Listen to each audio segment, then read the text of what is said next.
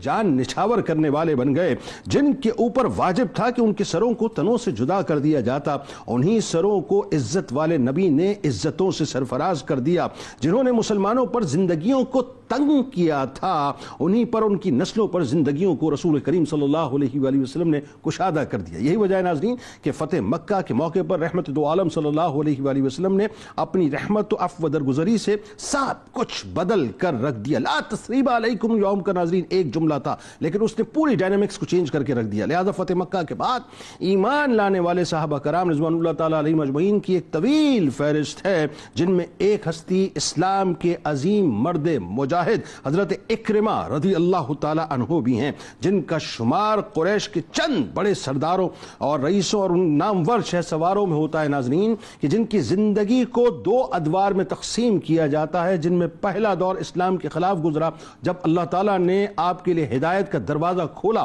اور جس روز رحمت عالمیان نے حضرت اکرمہ رضی اللہ تعالیٰ عنہ کو معافی کا پروانہ اپنی زبان مبارک سے عطا فرمایا، تو اللہ نے انہیں یمن سے اٹھا کر اپنے پیارے محبوب مکرم صلی اللہ علیہ وآلہ وسلم کے قدمین شریفین میں لا کر کھڑا کر دیا۔ اپنی زوجہ کے ساتھ بارگاہ رسالت مآب صلی اللہ علیہ وآلہ وسلم میں مسلمان ہو کر حاضر ہوئے۔ حضور نبی کریم صلی اللہ علیہ وآلہ وسلم اور تمام جتنے بھی اصحاب تھے ان کو دیکھ کر بے انتہا خوش ہوئے، اور نبی کریم صلی اللہ علیہ وآلہ وسلم کا تو انداز اتنا حسین اور نرالا تھا کہ اس تیزی سے ان کی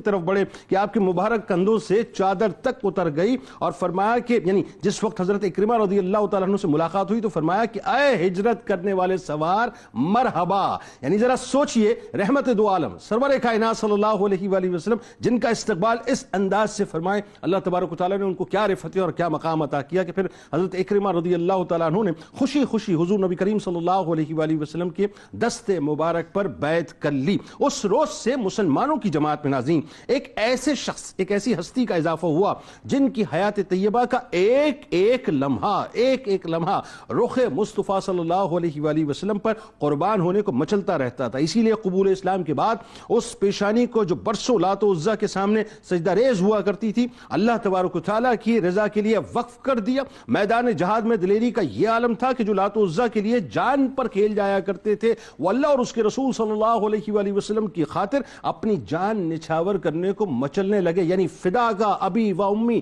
یا رسول اللہ صلی اللہ علیہ وآلہ وسلم کی عملی تصویر بن گئے، جو میدان کارزار میں ایک شیر دل شہ سوار اور راتوں میں ایک عابد شب زندہ دار کی حیثیت سے اور قاری قرآن کی حیثیت سے نظر آتے تھے۔ وہ قرآن کریم ناظرین جو قلب مصطفیٰ صلی اللہ علیہ وآلہ وسلم پر نازل ہوا، اس سے اس حد تک محبت تھی کہ اپنے چہرے پر رکھ کر اللہ کے خوف سے روتے تھے اور بار بار اس انداز سے پکارتے تھے کہ یہ کتاب ربی ہے، یہ کلام ربی ہے، یہ کتاب ربی ہے، یہ کلام ربی ہے۔ سیدنا اکرمہ رضی اللہ تعالیٰ عنہ کو گزشتہ زندگی کے ناظرین ہر پہلو میں تلافی کی فکر رہتی تھی۔ قبول اسلام کے بعد حضرت اکرمہ رضی اللہ تعالیٰ عنہ نے خاتم النبیین صلی اللہ علیہ وآلہ وسلم سے عرض کیا تھا کہ جتنی لڑائیاں میں نے راہ خدا کی مخالفت میں لڑی ہیں، یعنی میں لڑ چکا ہوں، اس سے دگنی اللہ کی راہ میں لڑوں گا، اور جتنی دولت اللہ کی مخالفت میں نے صرف کی ہے اس سے دگنی اللہ کی راہ میں صرف کروں گا۔ یہ بیسکلی عشق کی حدت اور شدت ہوتی ہے ناظرین، یوں کہیے کہ ایمان کی ایک معراج ہوتی ہے، بلکہ یوں کہیے کہ نگاہ مصطفیٰ صلی اللہ علیہ وآلہ وسلم کا کمال ہوا کرتا ہے۔ لہذا سرور دو جہاں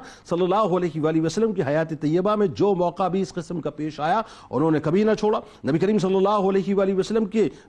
ظاہری حیات طیبہ میں جہاد کے کم مواقع ملے، اسی لیے تلافی کا اس طرح سے آپ کو موقع نہ ملا، لیکن جب معاملہ خلفائے راشدین کے عہد کا شروع ہوا ناظرین تو فتنہ ارتداد میں اور شام کی مارکہ آرائیوں میں مکمل طور پہ آپ شامل رہے، اور یوں کہہ لیجئے کہ اللہ تبارک و تعالیٰ نے آپ کو وہ دل بھی عطا کیا کہ مصارف کے لیے ایک جبہ بھی آپ نے بیت المال سے کبھی نہ لیا، بلکہ اللہ کی راہ میں خود خرچ کیا کرتے تھے۔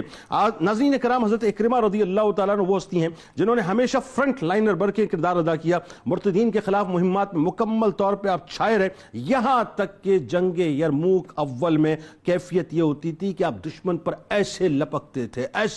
تھے جیسا ایک پیاسا شخص پانی کے اوپر لپکا کرتا ہے، اور آخر میں کیا ہوا صاحب، برہنہ تلوار لے کر آپ دشمنوں کے درمیان گئے اور شہادت کا جام نوش کر کے اللہ تبارک و تعالیٰ کی بارگاہ میں سرفراز ہو گئے۔ ہمارے ساتھ